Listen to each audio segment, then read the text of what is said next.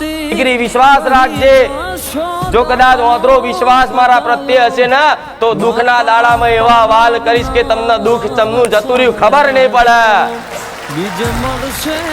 અને જ્યારે કદાચ મારા જેવી મેલડી એ આંસુનો હિસાબ આલવા બેહે એટલે તમે વાપરી વાપરીને થાકી જાઓ અને હું મેલડી હાલતા હાલતા ના થાકું।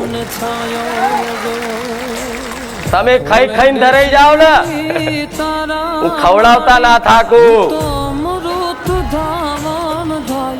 પણ આ સમયગાળો દરેકના જીવનમાં આવે અને જેની જેટલી આસ્થા વધારે છે ને એને જલ્દી દુઃખ નહીં મટા। આવું મેલડી બોલું છું।